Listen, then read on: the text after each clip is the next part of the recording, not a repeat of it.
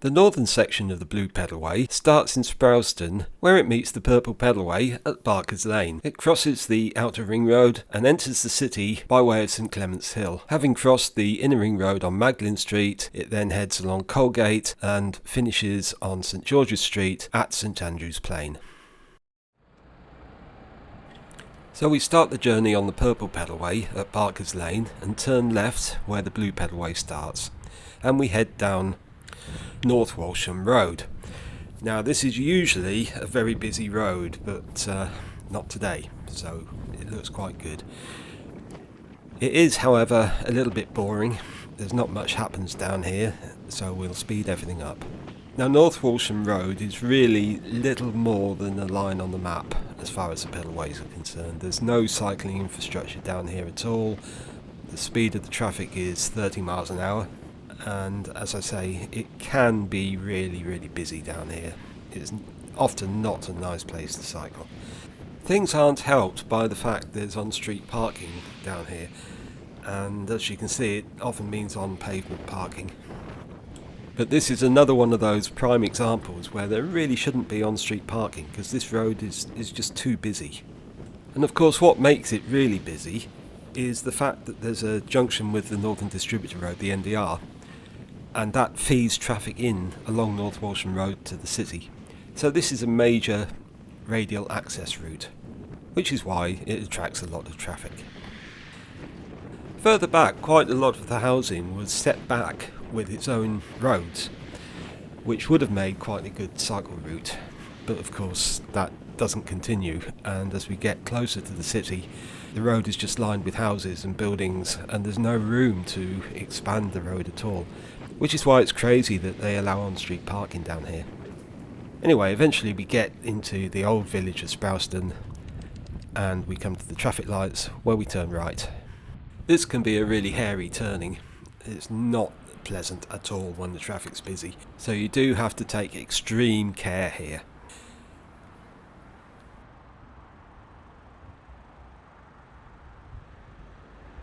Yeah, there's no kind of central refuge or anything like that.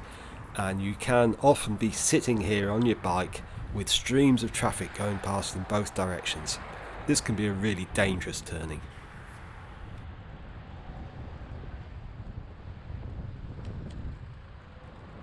But once we're onto George Hill, things get a lot better. This is a much quieter road. There's still a fair bit of traffic, but yes, it's better. It's perhaps worth pointing out that the Blue Pedalway is very much a pedalway of two halves. The southern half, which goes all the way out to Wyndham, is almost entirely off-road on shared use pavements. The northern section, however, is completely the opposite. There's no shared use pavements until you get right into the city, and you are just riding in the traffic for the vast majority of the route.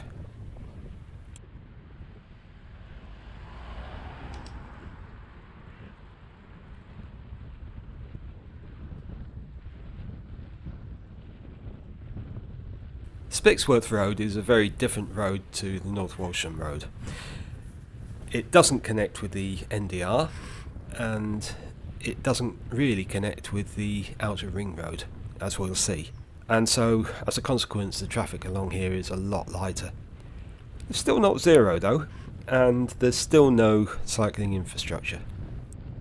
And despite the lower traffic, there are parked cars down here on the road, and that can result in some fairly close passes.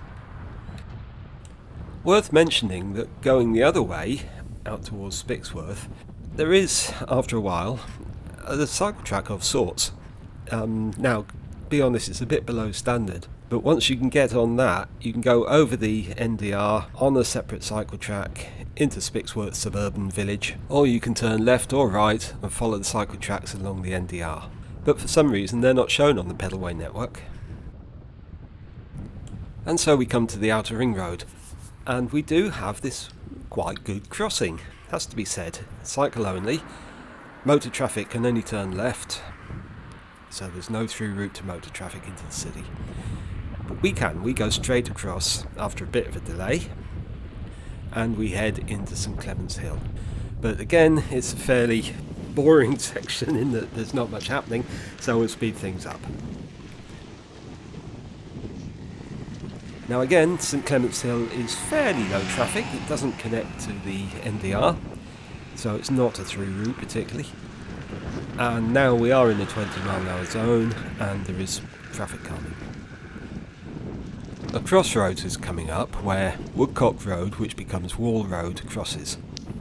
Now over the years, quite a lot of measures have been taken to try to reduce the traffic along this route, but it still remains something of an unofficial inner ring road, which connects Dereham Road through to Constitution Hill, which leads into North Walsham Road and the major route out of the city to the north. So there is a lot of traffic crosses at that junction, although in theory you have the right of way.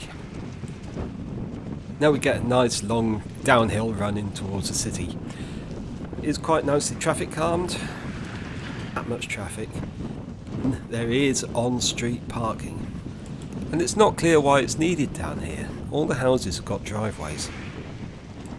Anyway, we do have traffic calming and the speeds aren't too fast. Remember, this video's playing at high speed. Back to normal now as we come to a bit of a pinch point where I gave way for this car coming up the hill.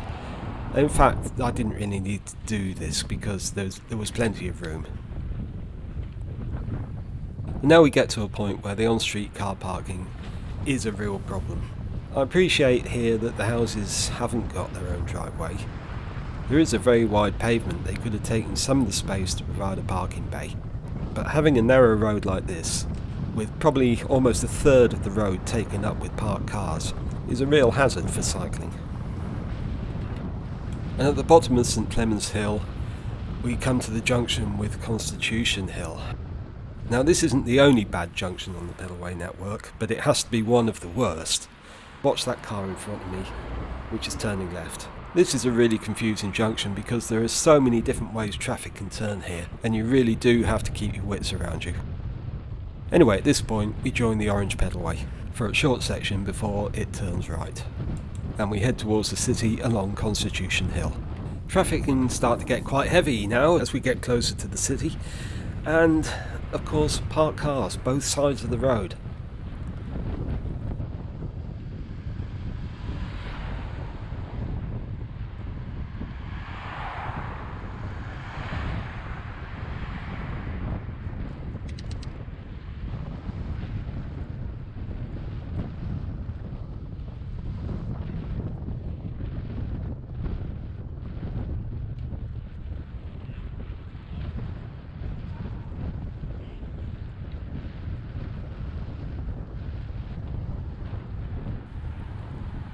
At the junction of Sprowston Road we have a cycle crossing, again with its own lights, although you notice how had I stayed on the road I would have gone through really quickly.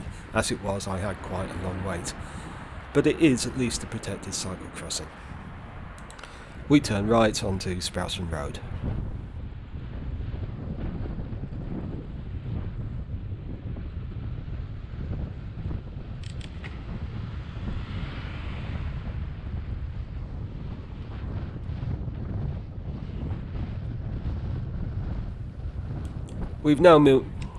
We've now merged the traffic from Constitution Hill and Sprowston Road, so this bit can be really busy. But at least there's no on-street parking here. There are double yellow lines.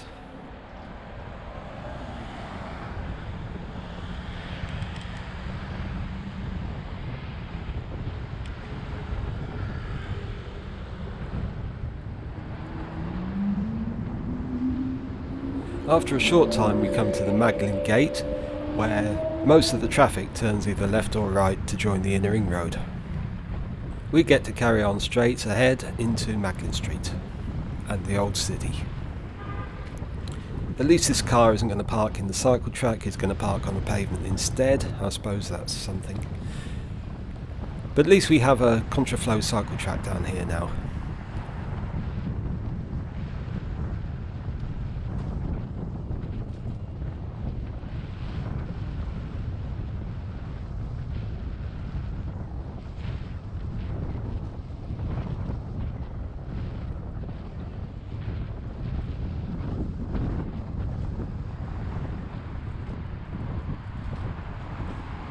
and eventually it joins the bus lane as we head into the city.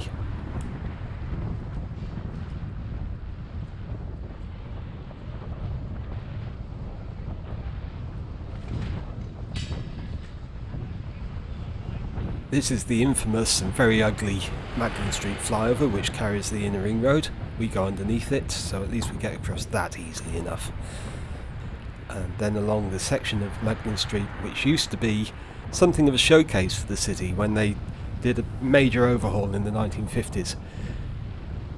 But yeah, it's faded a bit since then.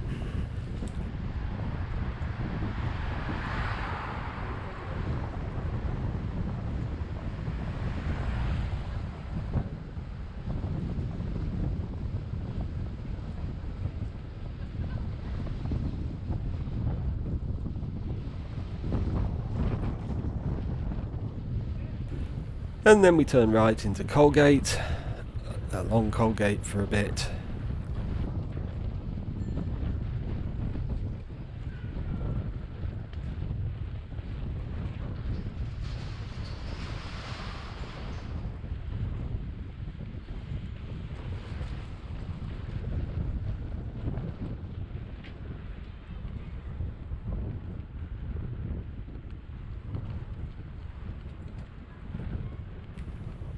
And then we turn left at St George's Street, and this is the only bit of off-road cycling on this whole northern route.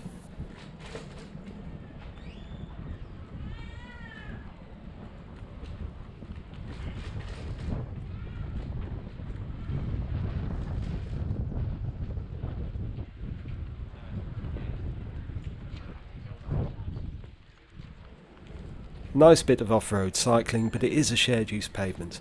And that means you have to be careful for people, especially people who aren't paying attention to what's going on around them. You do need a bell in places like this.